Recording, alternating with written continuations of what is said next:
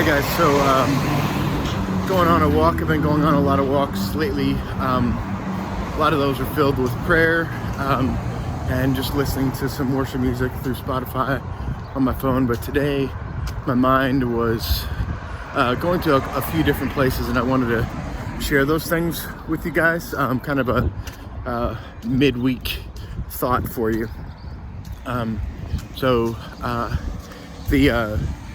The idea that I had was there's a heavy weight of brokenness that is surrounding me, or had been surrounding me, especially last week with Ahmaud Arbery and his death. And I began to consider the brokenness that was present there, and the reality, not just the brokenness that was present there, but the reality that we live in, that an event like that could take place in our world.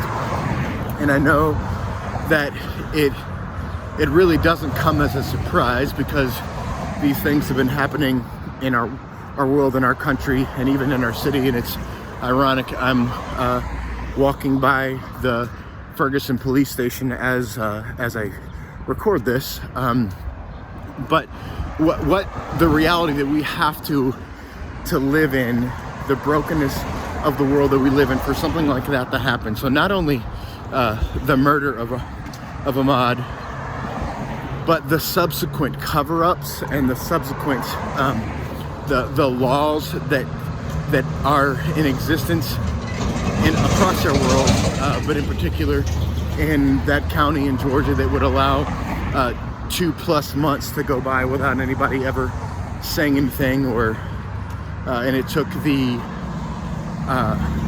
release of this video for anything to happen in regard to that. And so I'm processing.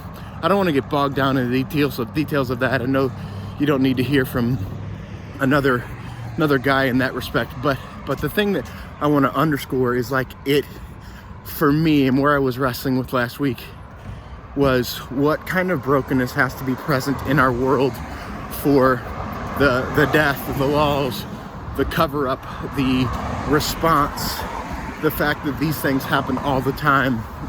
What kind of brokenness has to be present in our world for that to have happened? And then I also process through this notion.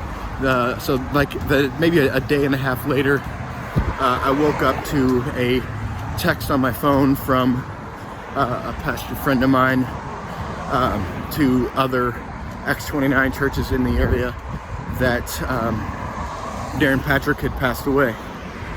You may have seen on the internet or somewhere that Darren had passed away on Friday evening last week, and it hit me pretty hard. And then later on in the day, I discovered that it was from a self-inflicted gunshot wound,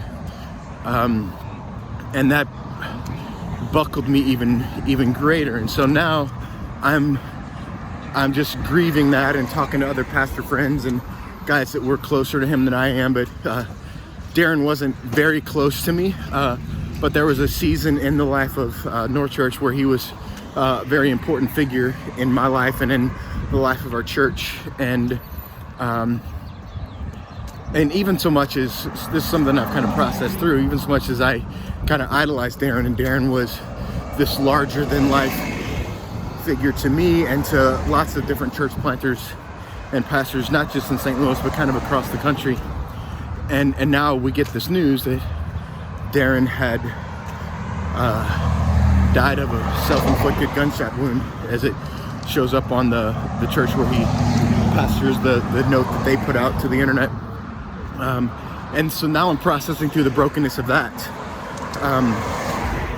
And it's not the same. It's not even the same ballpark of brokenness with the Arbery situation.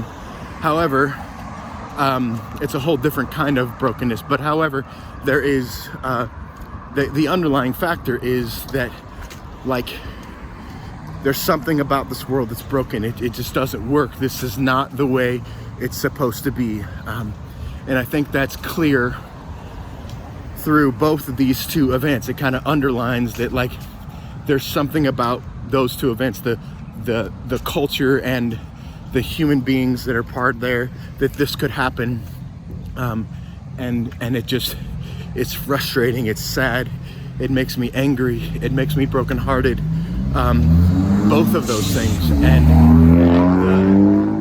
the Arbery death and Darren's death, both in different ways, underscore the brokenness of our world. And then all of that is kind of draped in this pandemic that we find ourselves in, and we don't get to have engagements with a lot of people on a physical level. We don't get to hug or shake hands or be in the presence with a lot of people, and that sucks. And so like there's this big weight, it's not big weight, but kind of ongoing weight that we've been in this quarantine and pandemic for all these weeks, and then these two things happen kind of not simultaneously but pretty close to one another, kind of underscoring the brokenness of our world, and that like this is not our home. We're not designed for this. This is, God intends for us to have something better. And so I come to that idea and process through a few thoughts. First is I want you and I want myself, and these walks have kind of helped me to do this, to be alone and think and consider the emotions that we have, being sad, being angry, being frustrated, and these kind of emotions and thoughts kind of coming closer to the surface with the events of the last few months, and then in particular Arbery and Darren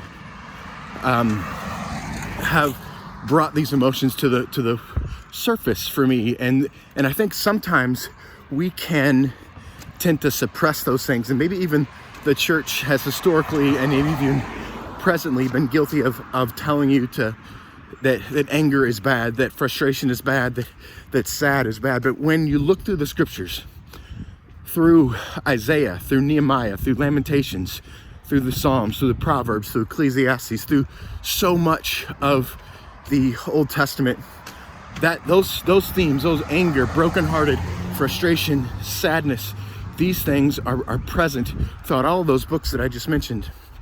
And I think they give us permission to lean into those emotions and give us permission to confront God with those emotions. And I think that's valuable for us to do. But then secondly, in Romans 8, it says the world, the whole earth is groaning from childbirth until now. Like, this is just not right. This is not where we were supposed to be. This is not for us.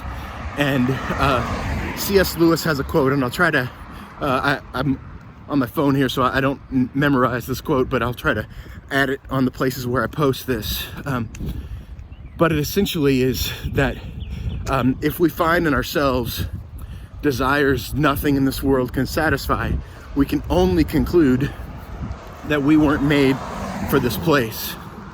And I think that's never been more true than, at least in my heart, for the last week or so, as I'm processing through those two situations that I talked about. And so I want to also just add to that hope is a very important tool in the hands of the Lord, and hope can be far off when we're dealing with emotions for like anger and frustration and sadness and just the melancholy that so many of us feel during this season. But Hebrews says that hope is the anchor for our soul. Romans says that suffering has come to produce character, and character produces endurance. Suffering produces endurance, and endurance produces character, and character produces hope that cannot put us to shame, cannot fail. So I want to say that the race relations of our world, hope and race relations in our world cannot withstand the weight of your hope. The idolization of a pastor like I had with Darren cannot withstand the weight of our hope. Darren could not withstand the weight of our hope. And this pandemic and being able to engage with other human beings cannot withstand the weight of your hope. Only Christ can withstand the weight of your hope, and hope is the anchor for our souls, and hope can never put us to shame. And suffering eventually produces this steadfast hope that God has given to us. And hope is a confident expectation of the promises of God that will come to pass. And so as I'm walking here, these things were just rattling in my brain, and I thought I would get them out of my brain and into words and share them with you. My prayers are with you. Thank you for enduring this 10-minute montage. Have a good day.